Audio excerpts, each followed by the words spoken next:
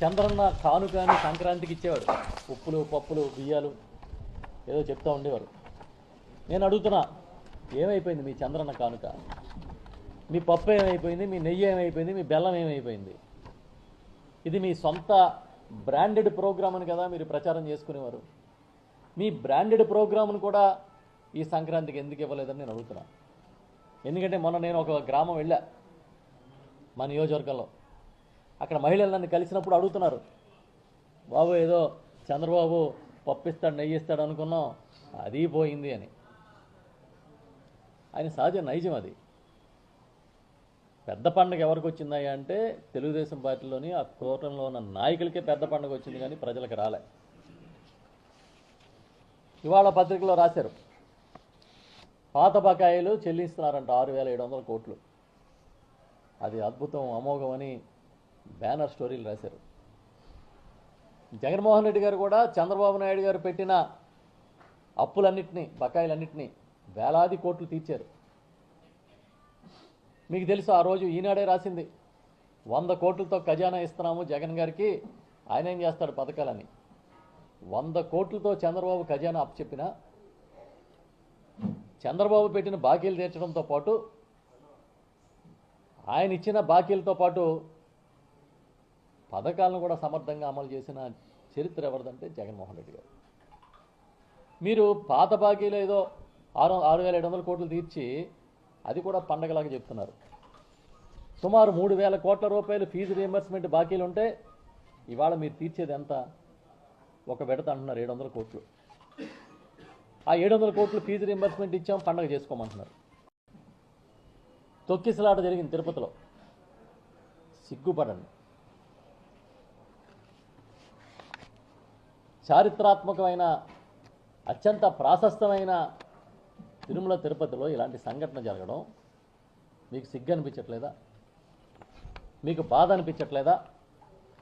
మీ వైఫల్యం కాదా? దాన్ని కప్పిపుచ్చుకోవడానికి ఏదో బాధితులకు ఎవరో డబ్బులు ఇచ్చి మాట్లాడిచ్చారని మళ్ళీ సాక్షాత్తు దేవాదాయ శాఖ మంత్రి గారు మాట్లాడతారు. అంటే అక్కడ తొక్కిసలాట జరిగి జనం చనిపోయి కకావికలం అయిపోతే పరిస్థితులు, క్షమాపణ చెప్పడానికి కూడా మీకు నోరు రాలే. నేను క్షమాపణ చెప్పాను మీరు చెప్పండి అని టీటీడీ చైర్మన్ బిఆర్ నాయుడు గారిని వాళ్ళ బృందాన్ని పవన్ కళ్యాణ్ గారు చెప్తే తెలుగు భాషలో నాకు నచ్చని పదం క్షమాపణ అన్నట్టుగా మాట్లాడాడు ఆయన. మళ్ళీ తర్వాత ఏమైందో ఏదో సర్దుకున్నాడు. మేము అడుగుతున్నాం, ఈ సంఘటనకి క్షమాపణ ఎవరు చెప్పాలి? తిరుమల తిరుపతి దేవస్థానంలో జరిగిన ఈ తొక్కిసలాట మరణాలకి క్షమాపణ చెప్పాల్సింది ప్రభుత్వాధినేతగా చంద్రబాబు నాయుడు గారు. ఏదో టీటీడీ మీద తోసేసి వాళ్ళ వైఫల్యంగా చిత్రీకరించొద్దు. అక్కడ వేసిన అధికారుల్ని, అక్కడ నియమించిన నామినేటెడ్ పాలక వర్గాన్ని చంద్రబాబు నాయుడు గారి సర్కారే నియమించింది. ఆ విషయం మర్చిపోవద్దు. వాళ్ళకి సమన్వయ లోపంతో పిలిచి చంద్రబాబు నాయుడు గారు మాట్లాడినా వాళ్ళకి భయం లేదు అని అంటే ఎక్కడుంది లోపం? ఎక్కడుంది లోపం? మీరేసిన చైర్మన్ మీకన్నా బలవంతుడిగా కనపడి ఉండాలి. మీరేసిన అధికారులు మీ మాట వినకుండా ఉండాలి. అందుకు ఇలాంటి దుర్ఘటన జరిగినందుకు మీరు క్షమాపణ చెప్పండి. కానీ మీకు క్షమాపణ చెప్పే అలవాటు లేదు. రాజమండ్రి పుష్కరాల్లో 28 మందో 29 మందో చనిపోతే ఆ రోజే మీరు క్షమాపణ చెప్పలే. క్షమాపణలు చెప్పడం, ప్రాయశ్చిత్త దీక్షలు చేయడం, వీటితో కొత్త రాజ్యాంగాన్ని సృష్టించొద్దు. బాధ్యుల మీద చర్యలు తీసుకోండి. మీరు చేస్తే ఒక క్షమాపణతో పని అయిపోద్ది అనుకోకండి. ప్రక్షాళన చేయండి. రావడమే లడ్డు అన్నారు. తిరుమల పవిత్రతను దెబ్బతీసే విధంగా ఏదో జంతు కొవ్వులు కలుస్తున్నాయని, కల్తీ అని చెప్పి ఒక ప్రచారాన్ని మొదలుపెట్టారు. దేశం అంతా ఆశ్చర్యపోయింది, ఎంత నీచంగా రాజకీయం చేస్తారా అని. జగన్మోహన్ రెడ్డి గారిని ఇరికిద్దాం, దుమ్మెత్తిపోద్దామని సాక్షాత్తు ఈ ప్రభుత్వం నడిపే పెద్దలందరూ ఇరుక్కున్నారు దాంట్లో. ప్రజలంతా చేవాట్లు పెట్టారు. ఇదేం పోయే కాలం వచ్చింది వీళ్ళకి, ఇలాంటి రాజకీయానికి ఇలాంటి దరిద్రాలని తెచ్చి అంటిస్తారా మీరు? ఎంత పవిత్రమైన వెంకటేశ్వర స్వామి ప్రసాదాన్ని కళ్ళకద్దుకుని చెప్పులు తీసి కళ్ళకద్దుకుని స్వీకరించే ప్రసాదాన్ని కూడా రాజకీయం చేస్తారని అది మర్చిపోకముందే ఈ సంఘటన జరిగింది. దీన్ని బట్టి మీరు ఏం చెప్తారు? తిరుపతిని వెంకటేశ్వర స్వామిని కూడా మీరు రాజకీయాల్లోకి లాగితే ఇలాంటివే ఫలితాలు వస్తాయి. ఎప్పటికైనా కళ్ళు తెరవండి. చాలా చిత్రం, ఇవాళ ఎక్కడో ఒక వార్త చదివా, దేవుడి గుళ్ళకి దర్శనాలకు వెళ్తే పెద్ద పెద్ద గుళ్ళకి ఫోన్ నెంబర్లు తీసుకుంటున్నారంట, వాళ్ళ పేర్లు ఫోన్ నెంబర్లు. మీకేం పని అయ్యా? లక్షలాది ఫోన్ నెంబర్లు సేకరిస్తున్నారని రాశారు. మీకేం పని? ఈ ప్రభుత్వానికి ఆలయ నిర్వాహకులకి ఏం పని?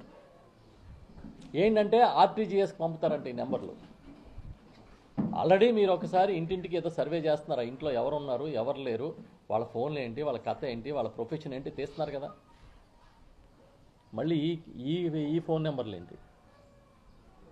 దీని వెనకాలన్న మతలబ్ ఏంటి? ఇవాళ చాలా చిత్రంగా నేను ఒక వార్త చదివి పేపర్లలో ఆశ్చర్యపోయాను. టీటీడీ సమీక్షా సమావేశాల్లో ప్రైవేటు వ్యక్తులు కూర్చుని ఉన్నారు. ఏంటంటే ఆర్టిఫిషియల్ ఇంటెలిజెన్సీని టీటీడీలో ప్రవేశపెడతారంట. మీకు ఇంటెలిజెన్స్ ఎలాగా లేదు, మళ్ళీ ఆర్టిఫిషియల్ ఇంటెలిజెన్స్ ఒకటి. ఓకే, ప్రవేశపెడతారు. దీనికోసం ఆర్టిఫిషియల్ ఇంటెలిజెన్స్ని ప్రవేశపెట్టడానికి టీటీడీ నిర్ణయించింది. దానికి సంబంధించి ఇదిగో నోటిఫికేషన్ ఇస్తున్నాం. ఎవరెవరైతే నిష్ణాతులో ఈ దేశంలోని ఈ ప్రపంచంలో ఉన్న నిష్ణాతుల కంపెనీస్ అన్నిటినీ కూడా మేము ఆహ్వానిస్తున్నాం. పెద్ద పెద్ద కంపెనీస్ అన్నీ రండి, టెక్నాలజీని అనుసంధానం చేయండి అని మీరు పిలిపించారా? ఒక టీసీఎస్, ఒక ఇన్ఫోసిస్ లాంటి కంపెనీల్లో ఎందుకు పిలవలేదు? ఎన్నో పేరున్న కంపెనీలు టీటీడీకి సేవలంటే పరిగెత్తుకొచ్చి ఉచితంగా సేవలు ఇచ్చే పరిస్థితులు ఉన్నప్పుడు మీ ప్రభుత్వంలో మీకు గతంలో సేవలు చేసి ఆరోపణలు ఉన్న వాళ్ళని తీసుకొచ్చి ఎందుకు కూర్చోబెట్టారు టీటీడీ సమావేశాలను నేను అడుగుతున్నా సూటిగా. ఇది చాలా క్రైమ్. ఇది మీ ఇష్టం వచ్చిన వాళ్ళు నియమించుకోవడం కాదు. నిజంగా ఆర్టిఫిషియల్ ఇంటెలిజెన్స్ టీటీడీలో ప్రవేశపెట్టాలంటే అడ్రస్ లేని వాళ్ళని తీసుకొచ్చి కూర్చోబెట్టడం కాదు. అతిపెద్ద ప్రపంచంలోని అతిపెద్ద కంపెనీస్ ఆర్టిఫిషియల్ ఇంటెలిజెన్స్లో ఎక్స్పర్ట్ కంపెనీస్ని మీరు పిలవండి, నోటిఫికేషన్ ఇచ్చి పిలవండి, వాళ్ళని కూర్చోబెట్టండి, వాళ్ళతో మాట్లాడించండి, వాళ్ళతో మాట్లాడండి. ఎలాంటి సాంకేతిక పరిజ్ఞానాన్ని టీటీడీలోకి తీసుకురావాలో మాట్లాడడం మానేసి మీరు ప్రైవేటు వ్యక్తుల్ని తలాతోకలేని వ్యవహారంలాగా తీసుకొచ్చి టీటీడీలో కూర్చోబెడితే రేపు వాళ్ళు చేసే తప్పులకి ఎవరు బలైపోతారు? భక్తులు బలైపోతారు, ప్రతిష్ట బలైపోద్ది. ఎవరిని అడిగి ఏ నోటిఫికేషన్ ద్వారా వాళ్ళని మీరు తీసుకొచ్చి టీటీడీ సమావేశాల్లో కూర్చోబెట్టారో మీరు ప్రకటించాలి. జేఈఓ గారు, సాక్షాత్తు జేఈఓ ఏర్పాటు చేసిన సమీక్షా సమావేశంలో ప్రైవేటు వ్యక్తులు కూర్చున్న ఫోటోలు ఇవాళ పత్రికల్లో వచ్చాయి. ఇదేం చూద్దామని అడుగుతున్నాం మేము. పోనీ ఏ ప్రవేశపెట్టడం కోసం ఇచ్చిన నోటిఫికేషన్ అంతే ప్రకటించండి. ఫలానా డేట్న మేము నోటిఫికేషన్ ఇచ్చాం, ఈ దేశంలో ఏ కంపెనీ ముందుకు రాలేదు, ఈ ఒక్కళ్ళే వచ్చారని చెప్పండి. టీటీడీ అంటే ఏంటి అసలు? తిరుమల తిరుపతి దేవస్థానం అనుకున్న వైభవం ఏంటి, ప్రాశస్యం ఏంటి, ప్రపంచంలోనే అత్యంత పేరున్న ధార్మిక సంస్థ ఇంత చులకనగా మీరు బిహేవ్ చేస్తారా? దీని గురించి ఎవరు మాట్లాడాలి ఇప్పుడు? దీని గురించి మాట్లాడండి. ప్రభుత్వంలో ఉన్న పెద్దలందరూ మాట్లాడండి. సనాతన ధర్మాన్ని కాపాడే పెద్దలందరూ కూడా దీని మీద మాట్లాడాలని కోరుకుంటున్నాను నేను. మీరు ఎలా పడితే అలా ఎవరిని పడితే వాళ్ళని తీసుకొచ్చి టీటీడీ మీటింగ్లో కూర్చోబెట్టడం ఏంటి? ఎందుకు కూర్చోబెట్టారు? ఒకవేళ కూర్చోబెడితే దానికి ఉన్న వాళ్ళకి ఇచ్చిన అధికారాలు ఏంటి? మీరు బోర్డు ఆమోదం ఉందా? బోర్డు ఏమని ఆమోదించింది? ఎవడొకరిని తీసుకొచ్చి ఇచ్చేయండి అని ఆమోదించిందా? లేకపోతే నోటిఫికేషన్ ఇచ్చి ఆర్టిఫిషియల్ ఇంటెలిజెన్స్లో అత్యున్నత ప్రమాణాలు కలిగిన సంస్థల్ని పట్టుకురమ్మని చెప్పిందా? లేకపోతే పలానా వాడిని XYZని మీరే గుర్తించి ఇచ్చేయమని చెప్పిందా? అదన్నా చెప్పండి. బోర్డుకి టీటీడీ అధికార యంత్రాంగానికి కోఆర్డినేషన్ ఉందో లేదో మేము తెలుసుకుంటాం.